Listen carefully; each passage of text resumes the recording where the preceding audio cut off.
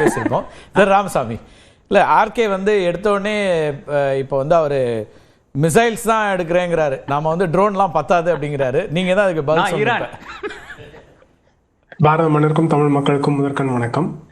முதலில் எலெக்ஷன் கமிஷனுக்கு வாழ்த்துக்கள். ஏன்னா நீங்க ஆரம்பிக்கும் போதே சொன்னீங்க மக்களுக்கு ஒரு திருவிழா அப்படின்னா தீபாவளியோ பொங்கலோ வந்து மக்களாட்சியில வந்து தேர்தல் அப்படின்றது தான் ஒரு திருவிழா.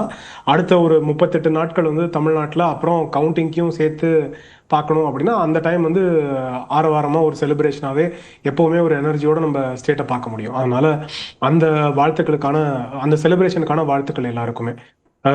அப்புறம் இன்னைக்கு இருக்கிற அந்த இஷ்யூக்கு அப்படின்னு போட்டியிடக்கூடிய வேட்பாளர்கள் நிலைமை யோசிங்க சார். அவங்க ஒவ்வொரு நாள் அதிகமாகும் போது செலவு அதிகம்னு வருத்தப்படுறாங்க. இல்லங்க, அவங்க பிராக்டிகலா அது பண்ணணும்னு அவசியம் இல்லை. இப்ப என்னன்னா ஆட்சியில இருப்பவர்கள் சரியாக ஆட்சி செய்ய செலவுன்னா என்ன, நீங்க வந்து ஒரு 10 பேரோட போய் பார்க்க வேண்டி இருக்கும், வண்டி வாகனம், அதுக்கான பெட்ரோல் போடுறது, அதுக்கப்புறம் அன்னைக்கு உணவு. நீங்க வேற ஏதாவது நினைச்சிட்டீங்களா? நான் இந்த செலவுகளை பத்தி பேசிட்டு இருக்கேன். இல்ல, நான் வேற செலவுகளையும் நினைச்சேன். ஆனா நான் நினைச்சது அதோட சேர்த்து எலெக்ஷன் கமிஷன் எப்படி இருந்தாலும் கொடுத்த பட்ஜெட் எல்லாருக்கும் ஒண்ணுதான். அது நீங்க 10 நாள்ல செலவழிச்சாலும் சரி, 100 நாள்ல செலவழிச்சாலும் சரி, அது நீங்க அண்ணாமலை மாதிரி ஒரு நாள்ல செலவழிக்கலாம் அந்த படம் மாதிரி. இல்ல நீங்க வந்து வேற ஒருத்தர் மாதிரி நீங்க வந்து ப்ராப்பரா எஃபிஷியன்ட்டா இருக்கணும். எத்தனை நாள்ல வேணா பண்ணலாம். இல்ல படம் சொல்லிட்டாரு, அருணாச்சலம் அண்ணாமலை மாத்தி சொல்லிட்டாரு. சரி சரி, சாரி அருணாச்சலம் எந்த படத்துல அவன் வந்து 30 நாளுக்குள்ள செலவு பண்ணணும் அப்படின்றது. சோ அது எந்த படத்துல செலவு பண்றது அப்படின்றத, எத்தனை நாள்ல செலவு பண்றது அப்படின்றது அவங்களோட கணக்கு. சோ அந்த எஃபிஷியன்சி அவங்க கிட்ட இருந்து பார்க்க வேண்டியது. ஆர்கே ஒரு விஷயம் சொன்னாரு, என்னன்னா தேர்தல் தேதியை பொறுத்த வரைக்கும் ஒரு ட்ரெடிஷனா இருந்தது. இங்க வந்து தமிழ்நாடு, புதுச்சேரி, கேரளம் இந்த மூன்றுக்கும் ஒரே நேரத்தில் தான் தேர்தல் நடந்திருக்குது. இந்த முறையில் வந்து தனியாக கேரளமும் புதுச்சேரியும் 9ஆம் தேதி வைக்கிறாங்க, தமிழ்நாட்டுக்கு மட்டும் தள்ளி வைக்கிறாங்க. அதுக்கு பின்னாடி அப்படின்னு ஒரு 2-3 விஷயத்தை அவர் அடுக்கிறாரு. இந்த அதில் தேர்தல் ஆணையத்தின் மீது ஒரு விமர்சனம், அதுலேருந்து தொடங்கி இதெல்லாமே அவர் வைக்கிறாரு. எப்படி பார்க்குறீங்க? இல்லை, ஸோ ஜென்ரலாகவே என்னோட ஒருமித்த கருத்து அப்படின்றது இன்ஸ்டிடியூஷனை நம்ம ஜென்ரலைஸ் பண்ணி இன்ஸ்டிடியூஷன் மொத்தமாகவே அப்பழு கட்டுறது அப்படின்றதையும் சொல்ல முடியாது. ஆனால் எல்லா இன்ஸ்டிடியூஷன்ஸுமே டு பிளேம் அப்படின்றதையும் நம்ம ஜென்ரலைஸ் பண்ணி சொல்ல முடியாது. ஏதாவது ஒரு தப்பு எங்கேயாவது நடக்கலாம், அதனால இன்ஸ்டிடியூஷனே அட் ஃபால்ட் அப்படின்னு சொன்னோம்னா அப்புறம் எந்த இன்ஸ்டிடியூஷனுமே நம்ம பிலீவ் பண்ண முடியாது. இன்னைக்கும் நம்ம வந்து கடைசி மனிதன் வந்து நியாயம் தேடி போவது நீதிமன்றம் தான். நம்ம இன்னும் இந்த எலெக்ஷன் ப்ராசஸ் ரிலை பண்றதுனால தான் நம்ம வந்து அந்த தேதி வரும்போது எல்லாருமே போய் வாக்களிக்கிறோம். அதனால தான் இன்னைக்கு அந்த விவாதமும் நடக்குது. அப்படி அந்த ப்ராசஸ் பிலீவ் பண்ணலன்னா யாரும் அதை பத்தி பேசவும் போறது கிடையாது, போய் வாக்களிக்க போறதும் கிடையாது. நம்ம அதை தாண்டி எதிர்கட்சிகள்லாம் என்ன விமர்சனம் வைக்கிறாங்கன்னா, நேற்றோட பிரதமரோட பரப்புரை முடிஞ்சிச்சு அல்லது திட்டங்கள் அவர் நடத்திட்டாரு, அதனால் இன்னைக்கு வருதுன்னு நீங்க வந்து இப்ப காங்கிரஸினுடைய அகில இந்திய தலைவர்கள் பலரும் அப்படி அவங்களோட ட்விட்டர் எல்லாரும் சொல்லலாம். அப்ப தமிழ்நாட்டுல வந்து கொடுத்த காசு இன்னைக்கு எலெக்ஷன் அனௌன்ஸ் பண்றது கரெக்டா 34 நிமிஷம் முன்னாடி மம்தா பானர்ஜி அவர்கள் செய்த அனௌன்ஸ்மெண்ட், சிபிஐஎம் வந்து அவர்கள் கேரளால செஞ்ச அனௌன்ஸ்மெண்ட், அதுக்கப்புறம் பே பண்ண ஆக்சிலரி ஃபீஸ், அந்த மாதிரி எல்லா இடத்துலயும் ஒன்னொன்னு இருக்கு. ஸோ ஒவ்வொரு தலைவருக்கும் நம்ம குற்றம் காமிக்கணும் அப்படின்ற ஒரு பார்வையோட பார்த்தோம்னா ஒவ்வொரு தலைவருக்கும் ஒவ்வொரு ஆட்சியாளருக்கும் நம்ம ஏதாவது ஒன்று சொல்லலாம். அந்த ப்ராசஸ் ரன்னிங்ல இருக்கணும். இன்ஃபேக்ட் என்ன பொறுத்த வரைக்கும் கவர்மெண்ட் அப்படின்றது 365 days 24/7 நடக்க வேண்டியது. அந்த ப்ராசஸ்க்கு நம்ம வந்து ஒரு பாஸ்ன்றதே கொடுக்க கூடாது. அது பாலிசி பேஸா இருந்தா அது நடக்கணும் அப்படின்ற அந்த ஒரு ப்ராசஸ். இன்னைக்கு இதை தாண்டி இது வந்து எலெக்ஷன் கமிஷன் இதனா காரணம் அப்படின்னு பார்த்தா ஒவ்வொருத்தரும் ஒவ்வொரு வேலை செய்திருக்கிறார்கள் அப்படின்ற ஒரு பிரச்சனை. நேரடியா எங்க முடிச்சு போறாங்க சிபிஐ விசாரணை, விஜய் அவருக்கு இன்னும் காலம் வச்சு அவங்க வந்து இந்த கால அவகாசம் அப்படின்னு கொண்டு வர்றாரு. அப்புறம் இடி வழக்குகள் ரெண்டையுமே நான் ஆன்சர் பண்ணிடுறேன். எலெக்ஷன் கமிஷன் ரொம்ப சிம்பிளா அவர்கள் வந்து எல்லா ஸ்டேட்டுக்கும் எல்லா யூனியன் டெரிட்டரிக்கும் எங்கெல்லாம் பை எலெக்ஷன் நடக்குதோ எல்லா இடத்துலயும் போய் அவங்க பிரிலிமினரி இன்ஸ்பெக்ஷன் முடிஞ்சு அங்க என்ன தேவை அப்படின்றத நடத்தி அங்க இருக்க லோக்கல் ஆஃபீஸர்ஸ், அங்க பாசிபிள் ஆர்ஓஸ் யார் இருப்பாங்க, அங்க இருக்க எலெக்ஷன் ஆஃபீஸர்ஸ் அவங்க எல்லாரோடையுமே மீட்டிங்ஸ் நடத்தி அதுக்கப்புறம் ரிப்போர்ட் ஃபைல் பண்ணி அதெல்லாம் முடிஞ்சு ஒரு வாரம் கூட ஆகல. சோ அது முடிந்த பின்னர் தான் அவங்க எலெக்ஷன் டேட் அனௌன்ஸ் பண்ண முடியும் அப்படின்ற பிராக்டிகல் ரியாலிட்டி. இதை தாண்டி வெஸ்ட் பெங்கால்ல இன்னும் எஸ்ஐஆருக்கான அப்பீல் இன்னும் நடந்துட்டு இருக்கு. அந்த அப்பீல் இன்னும் நடந்துட்டு இருக்கும். அவங்களுக்கு வந்து தேர்தல் நடக்கிறதுக்கு முன்னாடி வரைக்குமே அது இருக்கும். அவங்களோட ரிவிஷன் ஆஃப் கார்ட்ஸ் வந்து சுப்ரீம் கோர்ட் ஆர்டர் படி நம்ம இன்னும் அடுத்த 15 நாள் 20 நாளுக்குள்ள பண்ண வேண்டிய தேவைகள் இருக்கலாம்.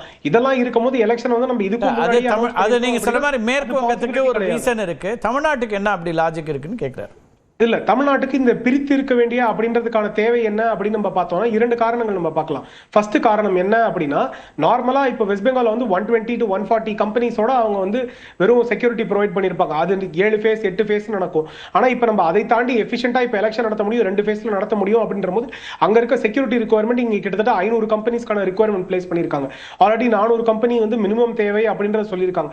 அப்ப அந்த கம்பெனிஸ் எங்க இருந்து போகும்? பெரிதாக இருக்கிற மாநிலங்கள்ல இருந்து போகும். அப்ப அசாம்ல இருந்து நம்ம முதல் ஃபேஸ்லயே அசாம்ல வந்து நம்ம நடத்தி முடிச்சிட்டோம் அப்படின்னா 2வது ஃபேஸ் அங்க இருந்து நம்ம வந்து வெஸ்ட் பெங்காலுக்கு போக முடியும். அப்போ வந்து கேரளா, தமிழ்நாடு, புதுச்சேரியும் நம்ம ஒன்னா சேர்த்து நடத்துறோம் அப்படின்னா அங்க 2 ஸ்டேட் வந்து ரிலேட்டிவ்லி பெருசா இருக்காங்க.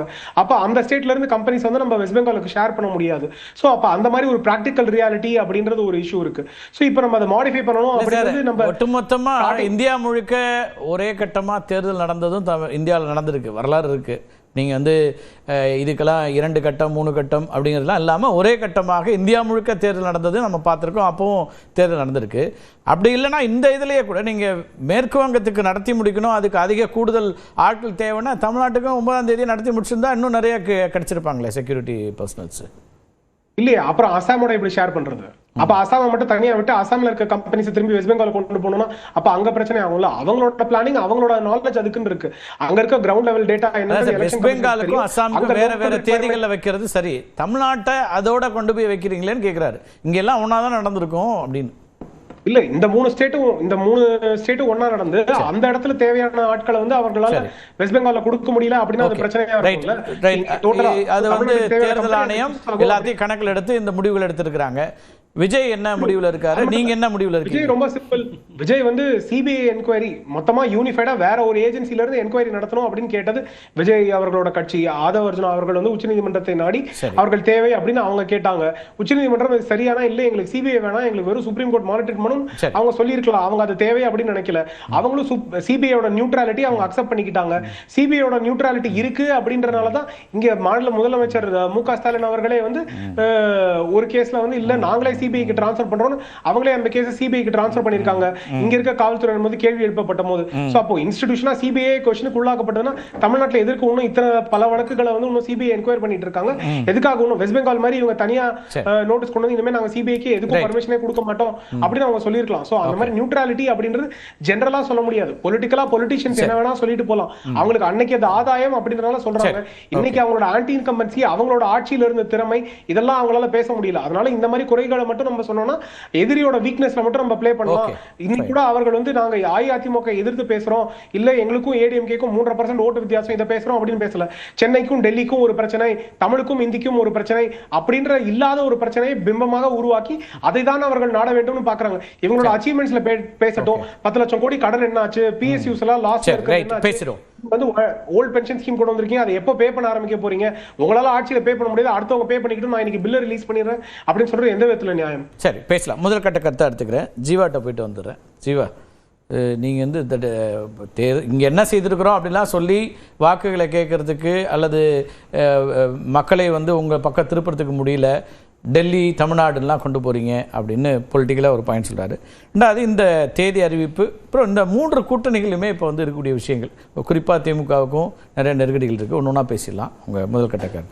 இல்லை, இந்த தேர்தல் தேதி அறிவிப்புங்கிறது முழுக்க பாஜகவினுடைய அரசியல் நோக்கம்தான். அது வந்து 100 விழுக்காடு தெரியுது. ஏன்னு கேட்டிங்கன்னா தமிழ்நாடு, அஸ்ஸாம், மேற்கு வங்கம், கேரளா இதெல்லாம் ஒரே காலகட்டத்தில் ஒரே தேதியில் நடந்து ஒரே ரிசல்ட் வந்ததை நம்மளே லைவ் பண்ணி அப்படி தான் பார்த்துருக்கோம். தமிழ்நாடு ரிசல்ட்டு, தமிழ்நாடு தேர்தல், ஓட்டு எல்லாம் ஒன்றா நடந்தது. இப்போ இவர்களுக்கு வந்து இப்படி பிரித்து வைக்கிறதுக்கான காரணம் என்ன? இப்போ தமிழ்நாட்டை பொறுத்தவரையும் திமுக கூட்டணி உறுதியாயிருச்சு, அதிமுக கூட்டணி உறுதியாகலை. அதுக்கு எங்களுக்கு கொஞ்சம் டைம் வேணும்.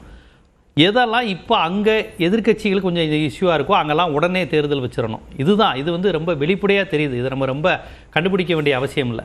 அப்புறம் இப்போ நீங்கள் இந்த தேர்தல் மெத்தடில் பாருங்கள், மோடி அவர்கள் கார்பரேஷன் எலெக்ஷன்லேருந்து மோடி, அமித்ஷா எல்லா மாநிலத்துக்குள்ளேயும் உள்ள வந்து அந்த தேர்தல் பிரச்சாரத்துக்கு அவ்வளோ முக்கியத்துவம் தருவாங்க. ஆனால் இந்த ஒரு கட்சி அது போதும் தானே? இல்லை பண்ணட்டும், அவங்க அப்படி தான் பண்ணுவாங்கன்னு வச்சுக்கோங்களேன். ஹைதராபாத் மாநகராட்சி தேர்தல் வரை அவங்க முதலமைச்சர்களை கூட்டு வந்துலாம் பிரச்சாரம் செஞ்சாங்க, பண்ணட்டும்.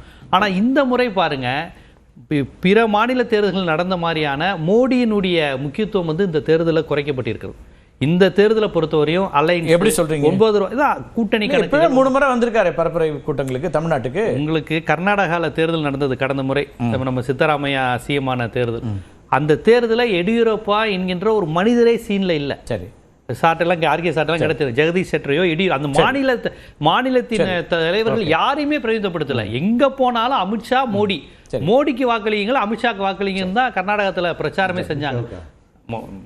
மோடி அமித்ஷாவுடைய இதுங்கிற கான்செப்ட்.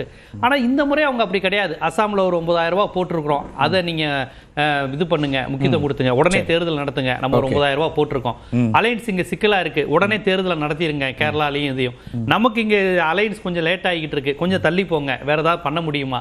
இப்ப திமுக 5,000 போட்டது ஒரு எஃபெக்டா இருக்கும், அதை கொஞ்சம் ஆறப்போட வைங்க. இந்த மாதிரியான விஷயங்கள் தான் இந்த தேர்தல் தேதி அறிவிப்புல ரொம்ப ரொம்ப அப்பட்டமா தெரியுது. இது அரசியல் என்பது அப்பட்டமா தெரியுது. கூட்டணியை பத்தி பேசலாம். தேதிக்கு நான் ரவீந்திரன்ட்ட போயிட்டு வந்துடுறேன். திரு ஷபீர், நீங்க நிறைவா வந்துடலாம். ஏன்னா ஒரு